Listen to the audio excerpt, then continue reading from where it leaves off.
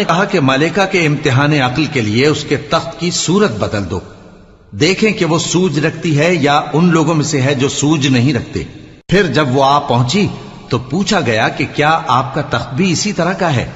اس نے کہا کہ یہ تو گویا ہو بہو وہی ہے، اور ہم کو اس سے پہلے ہی سلیمان کی عظمت و شان کا علم ہو گیا تھا، اور ہم فرما بردار ہیں۔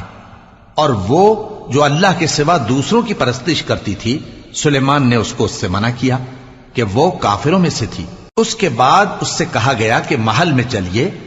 جب اس نے اس کے فرش کو دیکھا تو اسے پانی کا حوض سمجھا اور کپڑا اٹھا کر اپنی پنڈلیاں کھول دی۔